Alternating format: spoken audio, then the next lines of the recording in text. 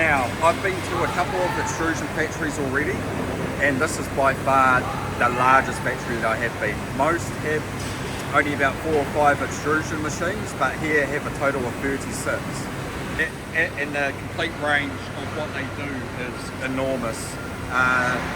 Their die storage, the most amount of dies you've ever seen. I would say between 10 or 20,000 dies in storage that they have. This is a giant manufacturing hub.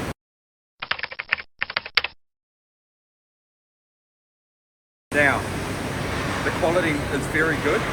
I personally have to say that. The way they extrude, the extrusion is very smooth. I saw no scratches on the extrusion. Some extrusions that I have seen in the past have come out the other side with scratches. Very clean.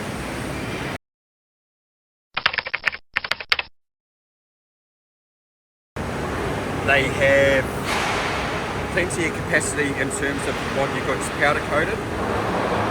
The reciprocator machine for the powder coating is very efficient. For what I saw, they had thousands and thousands of pieces ready to be powder coat, but the capacity that they have to do that within a day would be a lot. The amount of material that they process here is insane. Anodizing, they do their own anodizing here. They have 3 anodizing lines. They do your standard clear, a black. Is that bronze or brown? Do you do 3 colours? Yeah. Yeah. So and also a brown for anodizing.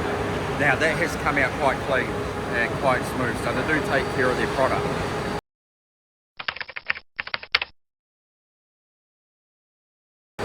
When it comes to packaging, they do have a few different ways of packaging, but that all determines on the shipping process.